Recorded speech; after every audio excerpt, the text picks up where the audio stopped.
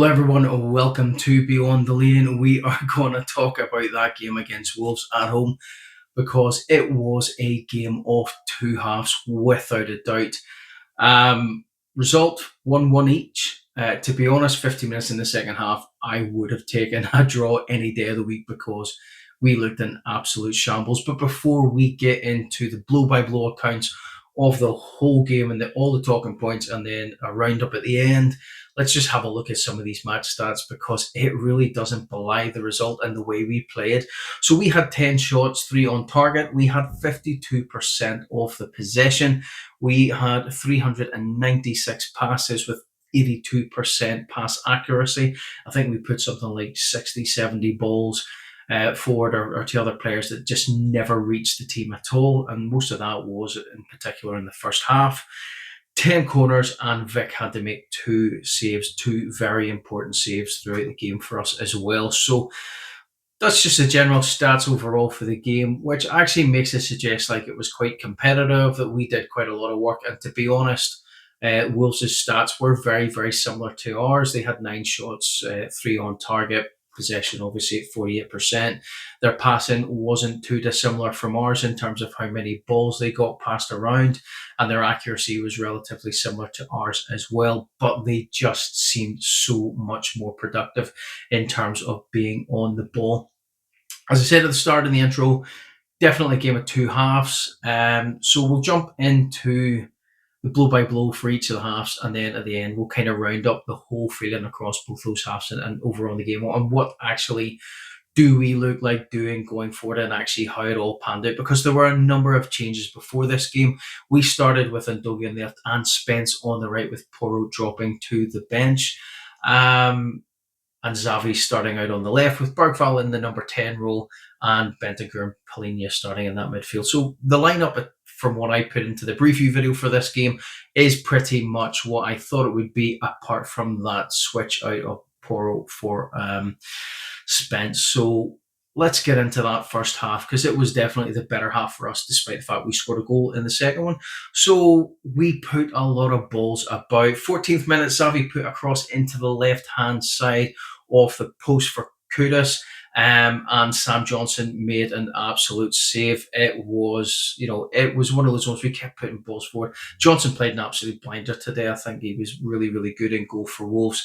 22 minutes, and Ndogi breaks down the left-hand side, goes piling forward, puts a ball in over the top into the middle to Bergval, and he completely misses the ball. Centre of goal. If he had just connected with it, we probably would have been looking at us going 1-0 up at that. But unfortunately, he ended up missing the ball. 26 minutes, Kudus has a goal disallowed. And the thing is, it was such good football in terms of how the opening was created. Kudus passes the ball out to Bergval. Bergval then knocks the ball forward. However, Kudus runs around the defender coming in from the back to collect the ball and puts himself offside. But it was a wonderful finish, and it kind of set the tone for the rest of the half. We looked really dangerous going forward. We had and dominated a lot of possession, but we didn't just do enough with it. 40 minutes, Kudus puts the ball in over the top to Bergval, who comes in with an overhead kick, very similar to Palhinha's the match before, but he just kicks it over the left-hand side of the bar. So for us, it's their right-hand side. For us, it was our left-hand side. But, an overhead kick over the top, another really close chance, but just not hitting the mark. 45 minutes, Richie misses a ball coming in at the back post from a Kudus corner. It kind of went past Bergval through the middle, but it kind of just out of reach for him. Coming in at Richie, and Richie misses it as well. A really, really good opportunity. 47 minutes, 2 minutes into injury time for the first half. Wolves make the break forward, but Ndogi manages to just get in with a last gasp tackle to stop a one-on-one with Vicario, pretty much saving us going 1-0 down into the second half.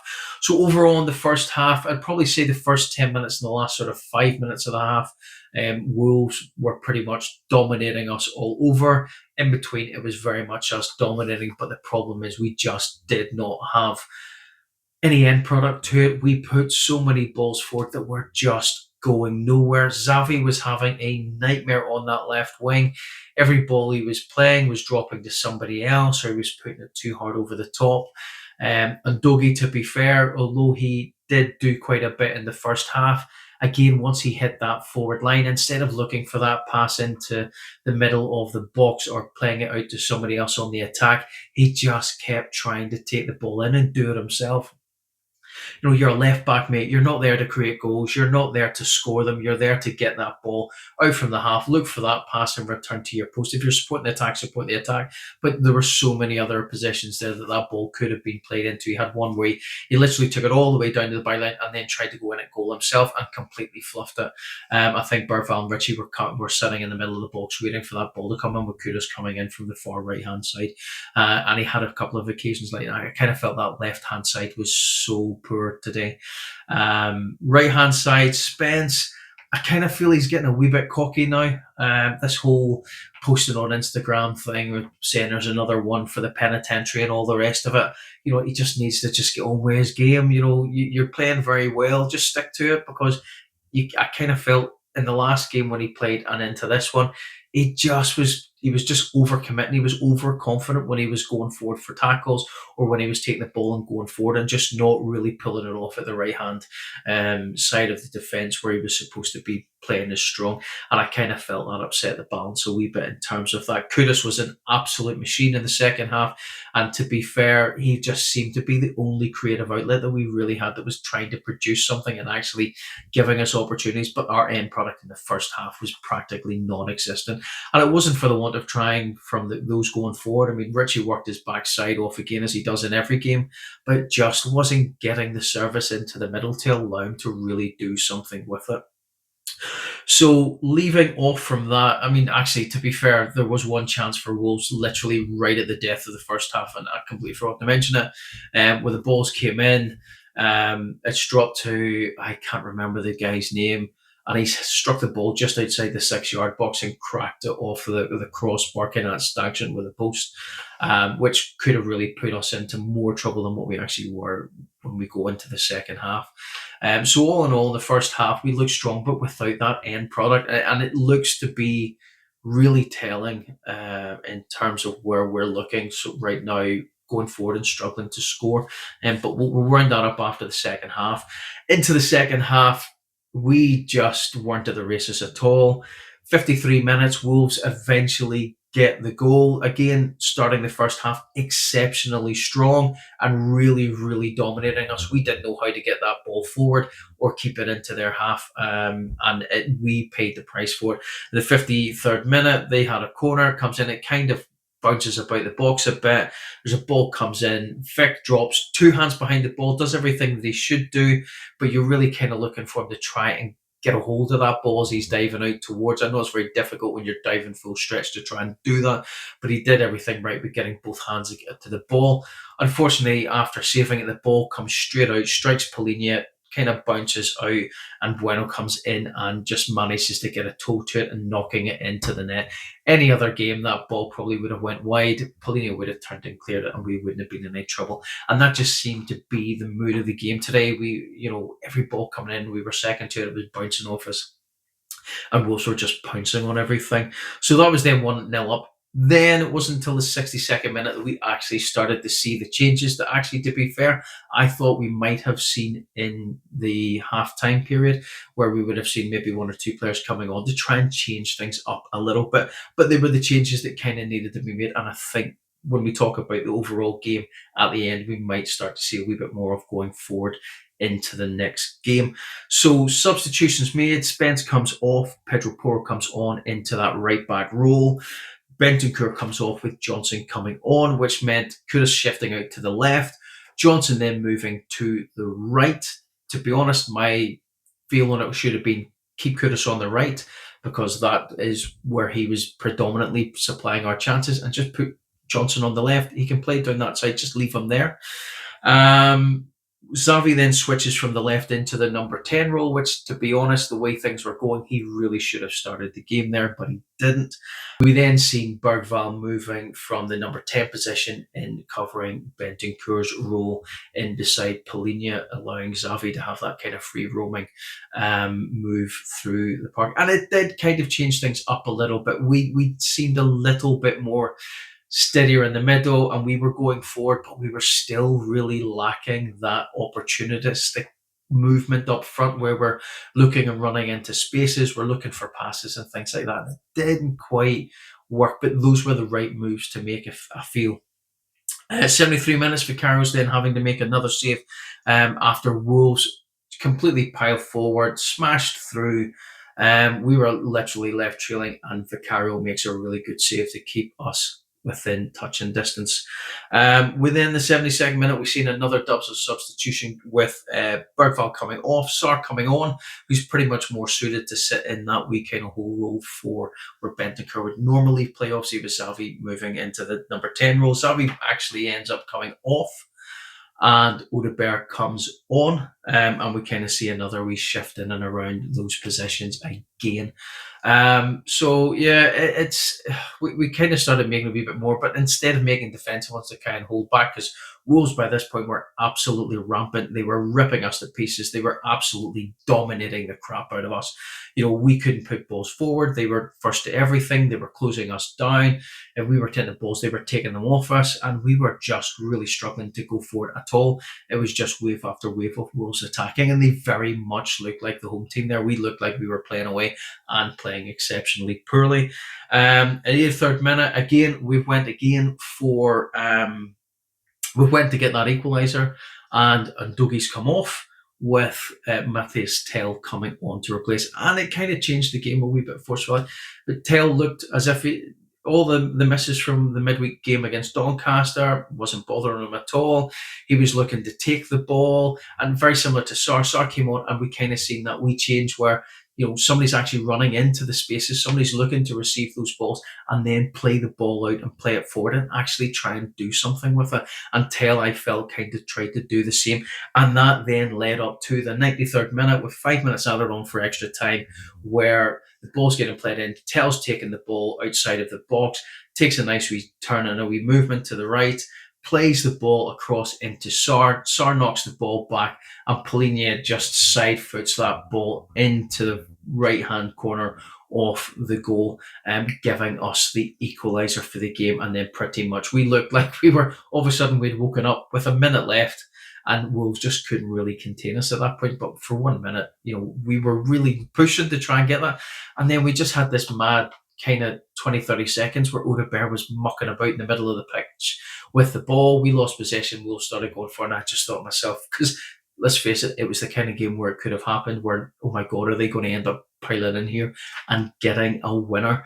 So, overall, looking at the game, as I said at the start, very much a game of two halves. First half, we predominantly dominated Wolves with them having the opening 10 minutes and kind of the closing 5.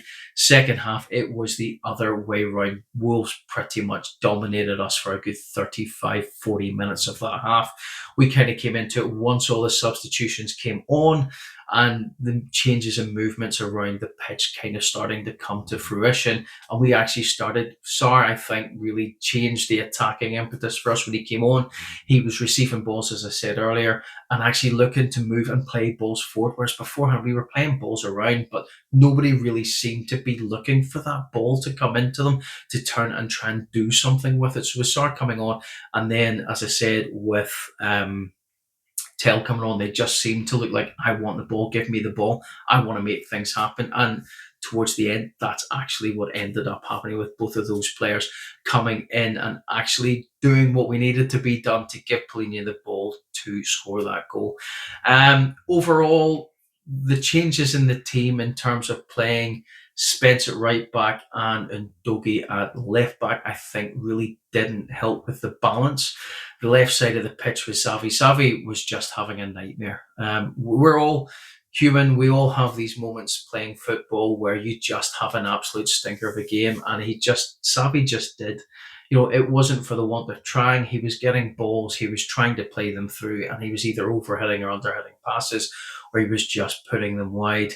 And even some of the wee touches that he's laying off, it's where you would expect a left winger to come in on. And I think he's still trying to get used to not playing that number 10 role and being on the left, because the balls he's putting out there is where you would expect that left winger to come in. He played a lovely wee kind of flick back just outside the box, but there was nobody there to run onto it. And Doge, I kind of felt pushed forward too much and tried to do too much once he kind of hit past that kind of 6 yard box, where you'd either expect a ball coming through or you're looking to pass that ball out and kind of come back into support. And I kind of felt that left hand side really had no balance to it today. It really wasn't until I think could have shifted over a little bit, but he lost his way once he moved from right to left, where he was really dominant down that right hand side, running at the defence and putting balls in or looking to play balls in. He looked like a completely different player trying to move down that left hand side, and I kind of felt a lot of his runs just weren't there. He just didn't have it in him to take the guy on, and I think because he's more looking for someone coming over his left than trying to play somebody coming over his right, etc. So it was just a strange one with him on that left hand side. He just seemed completely thrown by getting moved over there. As I said, I would have kept him on the right and played Johnson on the left, because that Johnson can play that left side probably a wee bit better than what Kudus can, and it probably would have given us more attack down that right hand side. And we just fell flat across the middle with that happening. Xavi moves into the middle, starts playing a few more better balls, but I think by that point he was getting tired and really frustrated with the fact that things just were not coming off for him. And when that change came and he came off, it kind of led to a wee bit more of a settling in period when those new players coming on. Sarr coming on for into that Bentancur role really kind of settled the midfield a bit better, because he was looking for those balls, he was making those tackles and the runs to receive, as well as the pass and get the ball back and stuff, and really changed that right hand side with the movement coming down there. And as I say, that work done to lay that ball off for Polina really showed the change that he really made for that, because I think if he hadn't come on, then it would have been a really different game altogether there. Mateus Tail coming on and switching out to that left hand side added a little bit more freshness, and his movement off the ball just certainly looked a lot better. And his movement off the ball has been pretty good. I think, as I say, he just needs that goal to give him that wee confidence boost. But I think that wee play in at the end into Sarr, picking him out on the edge of the box to top that box ball out to the edge for Polina to side foot that into the goal, hopefully will give him that wee bit of a boost. And when he gets another game, we'll hopefully see more coming out from him. Richie, I thought, did a lot of running about, but just did not have the service to do anything with it. And even kind of dropping a wee bit deeper to try and get balls, it just didn't really work for him today. We weren't really at the races across the board overall. I would say it's very difficult to pick a man of the match for us. I'm only going to give it to Polina simply because he scored the goal and he had played most of the match. Other than that, I think it was very difficult. I thought Vicario played reasonably well. But again, it's some of these saves when you see making the one for the goal, as I say, he got the two hands behind it, and it was pretty rough because the ball comes straight out to Polina and bounces off him with Wolves kind of picking up. But again, it's like, well, who was marking him? Why weren't they coming in closer on the ball coming in? And actually, how did the ball manage to come right across past everyone to make Vicario dive and make that save at the back post? So I think a lot of questions to be asked. I think what it really highlights is that we're really, really struggling down that left-hand side. I really want to start seeing Xavi getting in that number 10 role and starting games there where he can really orchestrate the plays and providing that attacking impetus going forward. That left-hand slot is just screaming out for someone to nail it down. Odegaard, I thought he flattered to deceive. He made a lot of good runs onto balls, and actually, to be fair, to get that ball into tail that led up to the goal was a really bit of hard work. But as I said, that wee strange bit at the end where we had the ball where we're trying to pile forward and actually looking like we've got the vigour again, we could potentially nick the 3 points. He mucked about with the ball in his own half, and we ended up losing it. There were other bits we had the ball, and he just couldn't get past his man. We really need a ball-winning left winger who can get the ball, put it at feet, and actually take on and go past their man. Because at the moment, Odeberg just can't do it. Brennan Johnson just can't do it. He's far better playing and probably as a false striker in behind the number 9 and running onto those balls, or having him lying a wee bit deeper and just coming in. But, you know, even again, Brennan Johnson was trying down that right hand side, but he just wasn't doing it. So I think certainly for us, January window, if somebody can't nail down that left hand side, then we have to be looking at bringing somebody in. And to be fair, I would probably walk right up there and hand 60, 70 million for Semenyo and get him in on that left hand side. Savinho looks as if he is going to be signing a new long term deal with City, and he's played 4 games so far this season.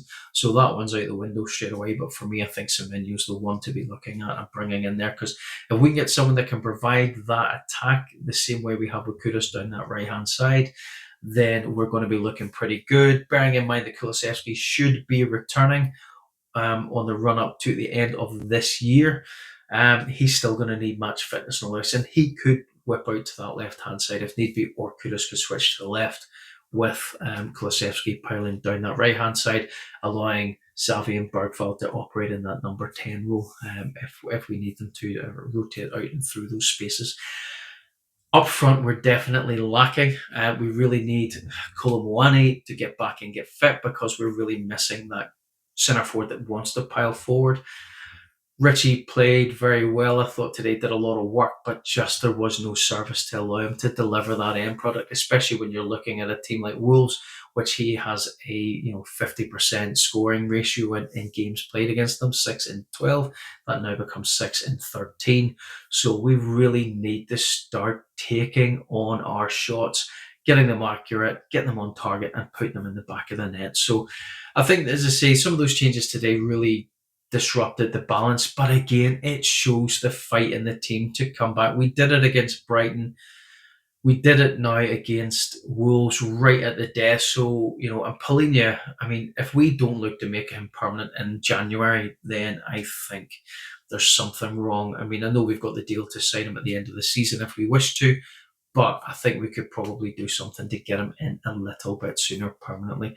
Certainly for me at the start of the season, my thought was take him for a season and then look for somebody like Wharton or someone like that there who could come in on a long-term permanent.